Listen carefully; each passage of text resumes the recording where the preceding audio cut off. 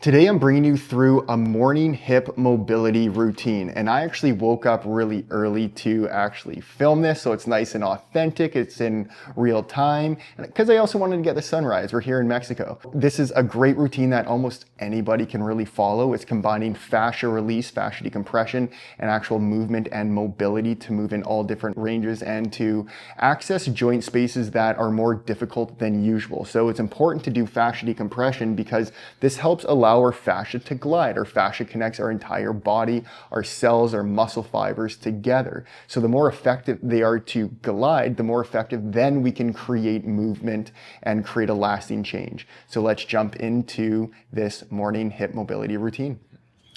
I'm not a big morning guy. I thought it'd look pretty beautiful with this view for this morning hip mobility routine. All you'll need is a rolled up towel if you don't have a block buddy. Also grab a rolled up towel for this exercise I will be showing. Let's get started with the first position. Again, if you have a block, start off using your block. We're going to be starting in the lower belly position. This is going to help get the breath going. We're going to be decompressing the lower belly. We're going to release a lot of this tension in the front that's kind of pulling us down. This could, if we get lucky, even reach our psoas and our iliacus. So block will be flat, and then nice and slow, just bring yourself directly onto the block. And let's start by connecting to our breath. So as you inhale, I want you to feel your belly and your rib cage expanding. And as you exhale, just relax and just sink into the block. It's the morning. We're either a little tired or you're wide awake. I'm not a morning guy, so I'm kind of in and out of it right now, but this will just get everything going. Let's keep that breath going. Inhale, expand.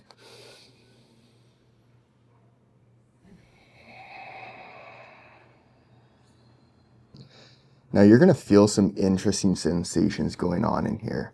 It can be pretty intense. You might feel, as we're lowered just above that pubic bone, we might feel some ligaments in this area, and that's okay. Let's start by searching slowly to the left and just exploring and finding some tension there. And our intention here is to get nice and deep. We want to release all of this webbing in our intestines, in our tendons, ligaments. This fascia is so interesting on how it can just compress us here. And this is gonna help open up the hips, but we gotta get the breath in the front of the pelvis and the front of the lower belly opened up so that we can move more effectively in the hips. Now search over to the other side. You'll be spending 3 to 5 minutes here. I don't want to create an extremely long video, so I'll probably shortcut some of these positions slightly, but as long as you're spending a minimum of 3 minutes in this position, that's going to be awesome. You can bring your leg out slightly to the side. So if I'm leaning to my right, bringing my right leg out to the side, I'm pushing that right leg away, and then I can twist to the left. I know that seems like a lot, but all I'm doing is bringing that right leg to its side, pushing it away to create more length, and then twisting to that side. That's going to completely open up this right side, the right hip flexor. But more of my weight is on the right side of the block or the towel. Spend at least 30 seconds to a minute there. I'm going to do the same on the other side. So more weight's on the left side of the block, straighten and push that left leg away, and then rotate on over to the right. I can just feel a rush of flow going down that left leg. This is going to feel amazing when we start creating some movement. So spend again 30 seconds on that side as well. Come back to neutral. And when you're ready, exhale, up and off. Okay. Just take a few breaths just to get the diaphragm really active, get the rib cage active, because the rib cage does have an influence on the pelvis as well. So take about 5 to 10 breaths, just relax like this, or even on your back. And now we're gonna move on to a mobility exercise. We're gonna be doing this now and then after we do a couple block positions to see if we've opened up and unlocked more mobility. So we're gonna get into this tabletop position like this. And first thing I want us to do is push those shoulder blades away from the spine. This is super important. If we're too much like this, we're gonna be getting tight traps, a tight neck. We wanna be able to protract those shoulder blades whenever we're in this tabletop position, or majority of the time at least. And then I want us to exhale fully. Bring those low ribs down. Feel those side abs engaging and lock that pelvis in. We don't wanna be extending the back like this and arching the back.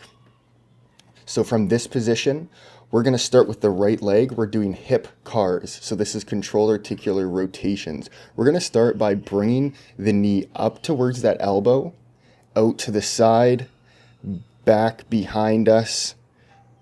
When we're at this spot, I don't want you to arch your back, not at any point, and then back in, and that would be your 1 rep. So maintain your balance, keep your core engaged, elbow, knee to the elbow, abduct, back in. We're doing 4 in each direction. Nice and slow. You're gonna feel where you are compressed, where you're tight, and we'll see if doing some of this fascia release will help open this up. And of course, the more you do this, the more you're gonna loosen up the muscles and the fascia. So that's 4 in that direction. Now we're gonna do the other direction. So now let's start by bringing it back. But look what I'm doing here. I'm not doing this to extend my back to gain more range of motion. I'm just going to that end range available in my hip. We want to create separation between the hips and the low back. That is super important. 1. So we're now extending the hip, now abducting, externally rotating, and then bringing it up towards that elbow and back in. There's some interesting stuff going on in there. And only go to the range that you have available. You don't want to compensate any of these movements, even if you're just moving a quarter of what I'm doing here. That is totally okay. We just need a starting point that we can work to improve. All right, so now the other side. Left knee up towards the left elbow, out to the side, around. Keep those shoulder blades pushed away from the spine. My right hip's already feeling nice and warm. All right, out to the side. Get to that end range without compensation. Keep those low ribs down. And back to neutral. Opposite direction, behind. Out to the side, towards that knee and in. Back. Don't extend that back. Keep your rib cage locked down in that position. Out to that side, you're gonna feel some interesting stuff probably in there again.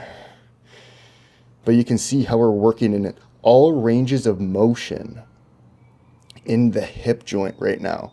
That is so important. Last one. And let's relax. Okay, so now I want to get into the glute. We're going to be working right above your sit bone here. So it's going to be mid to upper glute position. And again, you of course can use a rolled up towel. So let's get directly on our back. Let's lift up. We're going to have the block on its side if you can. The towel will just be the towel. And then let's start by just relaxing. I'm gonna keep my right leg bent like this. My left leg will be relatively straight, but we're gonna be bringing this through some ranges to help open up the posterior part of the pelvis, the glute, the hip capsule, etc. Make sure that you're breathing through your diaphragm. Inhale, feel your belly and your rib cage expanding. That's so important. We want to be able to relax when we are doing any fascia release, any fascia decompression. That's going to allow the connective tissue to release more effectively. It's very interesting tissue. So now once we're here, you might start feeling a little bit of pain or pressure buildup, that's okay. If it's ever too much pain, you can't breathe in a controlled way, just ease off, reconnect at a less intensity. Just follow your breath. So now, once you've settled in and you feel ready to, I'm gonna very slowly start bringing this left hip into hip flexion. So I'm bending it very slowly.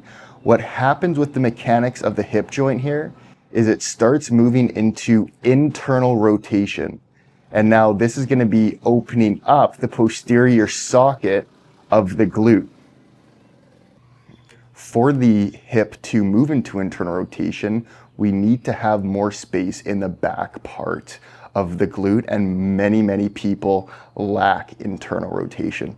So now we can see that my knee's getting even higher. You do not need to get this high, but between around 60 to 90 or to 100 degrees of hip flexion or so is when our hip starts moving more into internal rotation when we are flexing this leg. So you're gonna feel some pretty interesting stuff, and this could really open up the space for you. And then you can even search to the left. You can come back to neutral, search to the right. But all of these movements should be very slow. The slower you move, generally, the deeper you get. Again, rule of thumb here is spend a minimum 3, even up to 5 minutes if you have the time. That's just gonna create more of an effective release. And then exhale, up and off. Perform this position on the other glute right now. Pause this video, and then let's carry on with our next exercise. Now let's grab a rolled up towel. I have it packed fairly dense like this. You could even use a foam roller if you would like. And we're gonna roll onto one side. You can definitely do this on both sides. I'll be on my right side just for the example of this video. And I want us to get comfortable again, because we're trying to not use too much musculature. We're just trying to create some soft movement, so we're actually teaching the right muscles to move and mobilize rather than forcing. There's a time and a place to be more aggressive with exercise, but not, especially right now when we're trying to just mobilize the hips and get them going, especially if you're very stiff. This is a really effective exercise. Bring your hips anywhere between 60 and 90 degrees of hip flexion. If you're more tight and compressed or you feel a pinch, come more towards about 60. So this is gonna also help with internal rotation, but we're gonna create more mobilization here. Bring these low ribs down. We don't wanna be extending the back. Then we're just teaching our back that that's okay. We don't wanna give our back permission to necessarily do this, especially when we're trying to create separation between the hips and the low back. Now, all we're doing is very slowly, I'm not pulling in with my top leg, I'm just letting it rest, and I'm just going to bring my left knee over my right, so I'm gliding it, sliding and gliding it, and then I'm pulling it back. Now, I don't want you to feel really much or any of your low back. I really want you to feel your hips doing the work. If you're using your back, you'd be doing more of this. So this is a no-no. So just mobilize those hips. So as you inhale again, we're gonna be moving over top of that bottom leg and then pulling it back into that hip socket. So this is creating a little bit more external rotation as we come forward with this top leg, and a little bit more internal rotation with the top leg as we pull it back, and some adduction. Inhale, exhale, keep those low ribs down. This might feel weird if this is your first time doing it, because you have to understand what kind of plane of motion am I working in. Some people are like twisting their hips in all weird directions. All we're doing literally is just try to glide this top leg over top of the bottom. This is a fantastic exercise for hip mobilization, hip internal rotation. So perform 8 to 10 repetitions, and then nice and slow, exhale up and off. Make sure you perform that on the other side as well. If you really enjoy that, you can do 2, even up to 3 sets if you have the time, because that's really gonna help those hips move. So now I want us to revisit the hip cars that we did earlier. I want you to see if this created any change. Now your fascia, once you release it, can take some time to actually change, but I want to see if you feel a difference even now. So let's get back into that tabletop position. I want you to push those shoulder blades away from the spine. Exhale, fully bring those low ribs down. And now let's get started. And also keep a neutral neck. Don't do anything with the neck. We're breathing through the belly and the rib cage here. And let's get started. Right side, knee up towards the right elbow, out to the side, back down and around into more internal rotation. Don't extend that low back, and then back in. And just see if there's a little less clicking or less cramping or less tightness. 2, up, out, back around.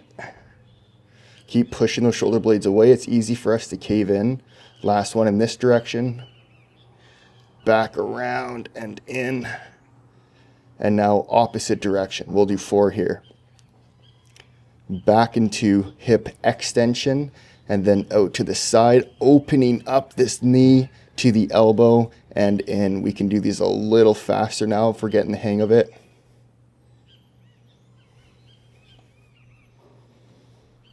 Oh, I feel more stuff opening up. This feels great. And you know, there might be times where it doesn't feel amazing and we're really stiffed and locked up, and maybe you're just opening up some old, deep compression that just needs to be released. And sometimes it doesn't feel the best, but in the long run, it will. So perform that on the other side as well. Again, if you like that, do a couple sets of that as well.